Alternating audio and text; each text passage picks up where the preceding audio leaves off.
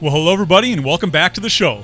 This week we're going to tear down and rebuild this junkyard find fork off an old Honda ATC 200S. Let's start off by removing the axle clamp bracket and see if we can get the axle removed.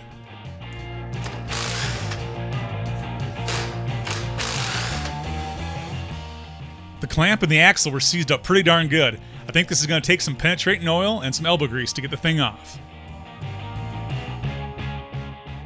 A little more for good measure.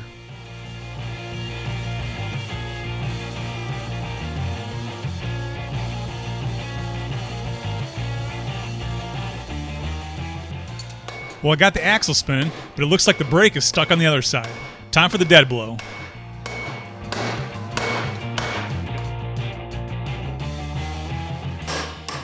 Man, oh alive, this thing didn't want to cooperate. That one threaded stud was seized in the clamp really tight. Let's give it a little heat and see if we can't persuade it out a bit.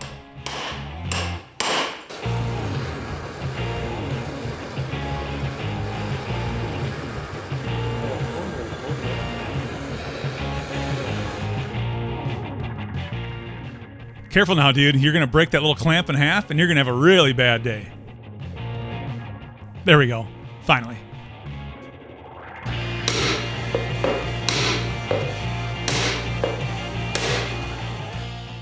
So now that the brake and axle are out, let's pull apart the hub and see how those bearings look.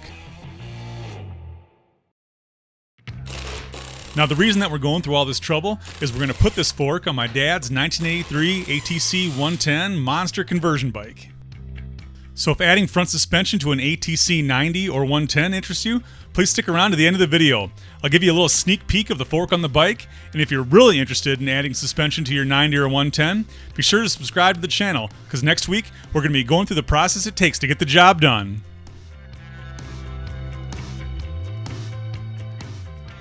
These rusty old bearings were really stuck in place, but we eventually got them pounded out of the hub.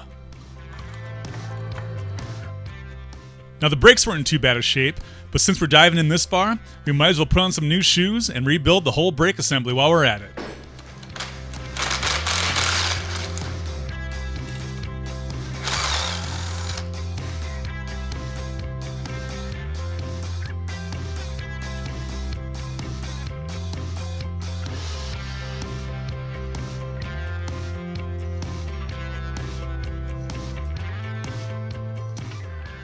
The 200S suspender wasn't salvageable, but no worries. In next week's video, I end up mounting the 110's fender up to the fork, and it looks as factory as can be.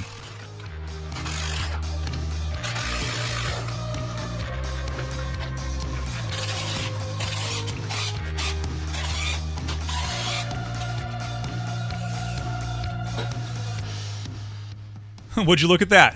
One of the fork tubes came off with just my hands. That's definitely a first for me. Now the other one, that was a different story altogether.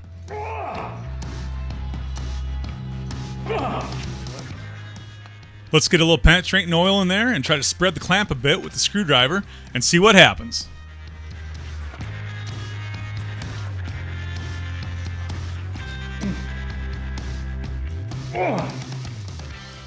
Nope, we're going to use the slide hammer. This thing's stuck.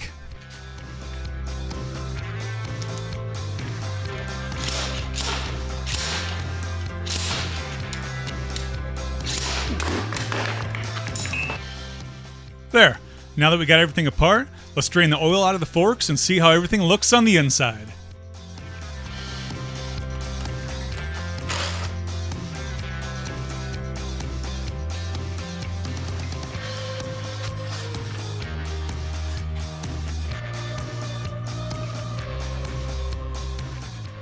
Things were looking pretty good, oddly enough, but we're going to take off the dust cap, retaining clip, and the seals out and put in some brand new seals just to be safe.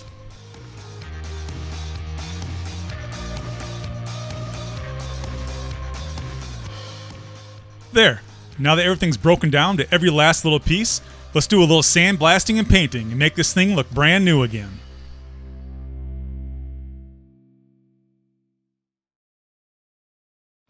The first thing I want to do is mask off all the holes in the fork tubes so I don't get any sand on the inside when I'm blasting.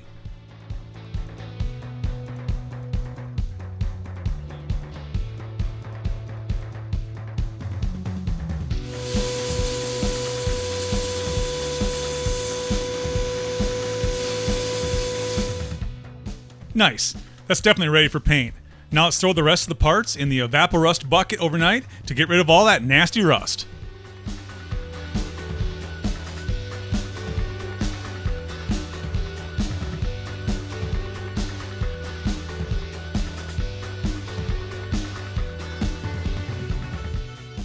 I let the parts soak in evaporust overnight, so let's see how they look.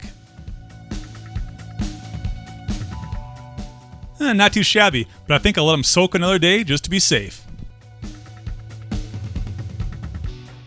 And while the rusty parts are finished derustifying, let's put a little wax and grease remover on the big parts and get them ready for paint.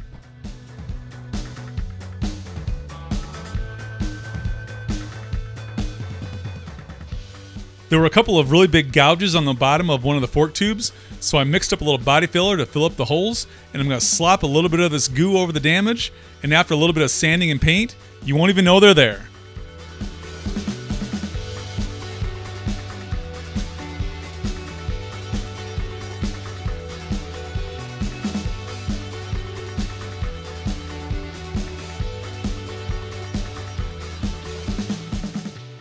We're getting really close to painting time, but first I want to mask off the bearing race and the steering stem threads so they don't get all gunked up with paint.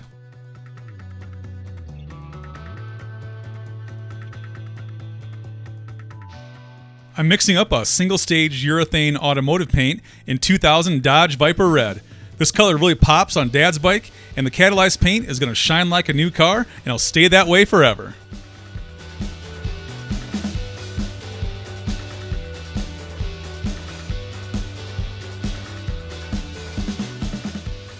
And I might as well mix up some silver for the fork bottoms and the hubs while I'm at it.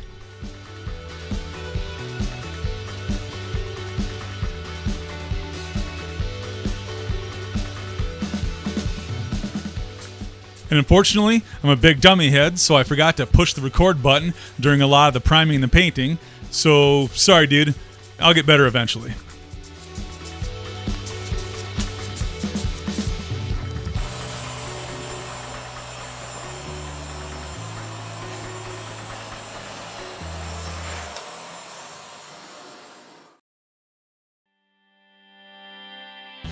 While the paint's drying, let's get the hardware out of the evapo-rust bucket and see how things are looking.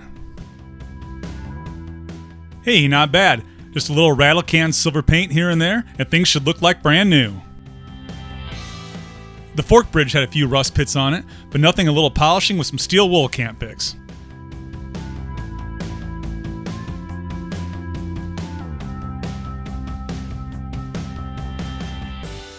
And after things got polished up, I put a little Gibbs penetrating oil on the chrome.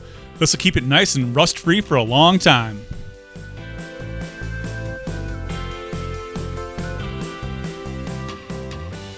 The old rusty parts are going to need something on them so they don't rust up again, and I didn't feel like mixing up any more paint, so we're just going to do a little rattle can silver on all the small stuff.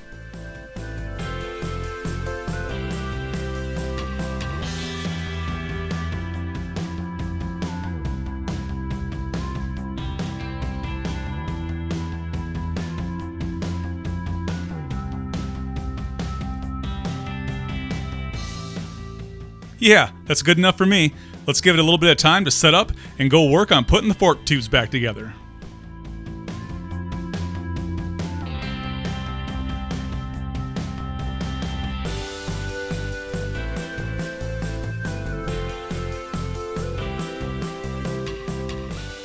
And I'm sorry to keep teasing the blue three-wheeler conversion bike in the background there over the last few weeks, but don't worry dude, I'm getting really close to having it done, and I'll try my best to get the build videos of it up on the channel as soon as I get this fork installed.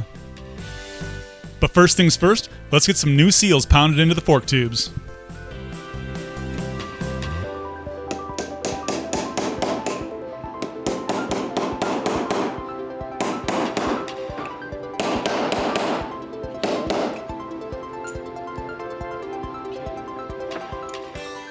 And I almost forgot to put the seal retainer snap ring back in, but luckily I figured out what I was doing before I got the dust cap pounded back in.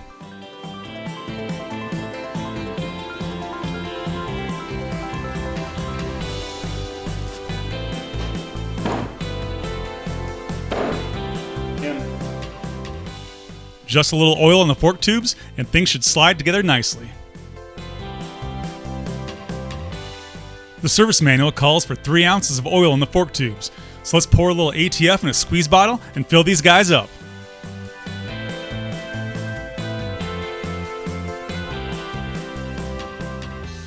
Alright, that's 1 down and 1 to go. Let's get the seals on the other side. We should be ready to pound the fork tubes into the stem.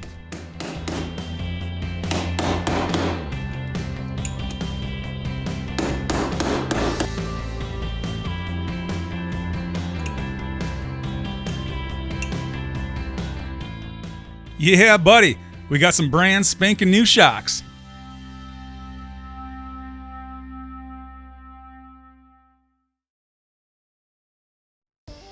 Since we had such a hard time removing the fork tubes, I want to lay down a good coat of Never-Seez, just to make sure we can get them out again someday.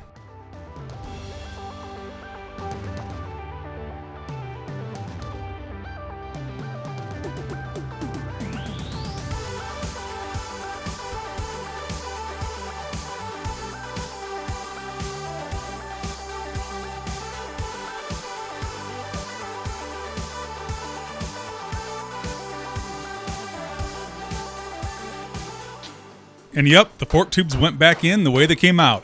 Number 1 was a piece of cake, but number 2 definitely was not working for us.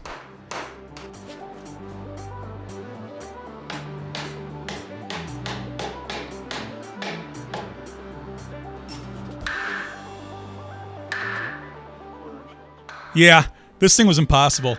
It's time to go to town on the cylinder with a little brake hone.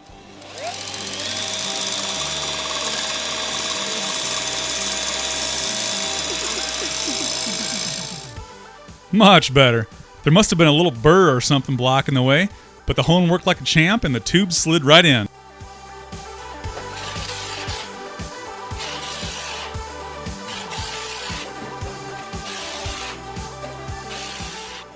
And now that the paint's dried up on all the little parts, let's get to work rebuilding the brakes. I put a little Never-Seez on the brake cam just to keep that guy nice and greased up.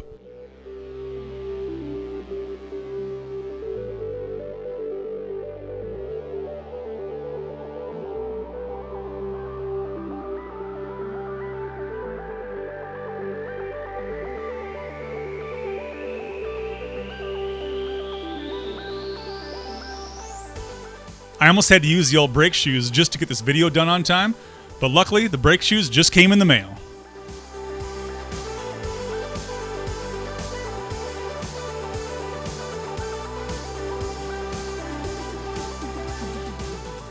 We're getting really close, man. Just a little more pounding to get the new wheel bearings and seals in the hubs, and we'll be able to get this wheel back together.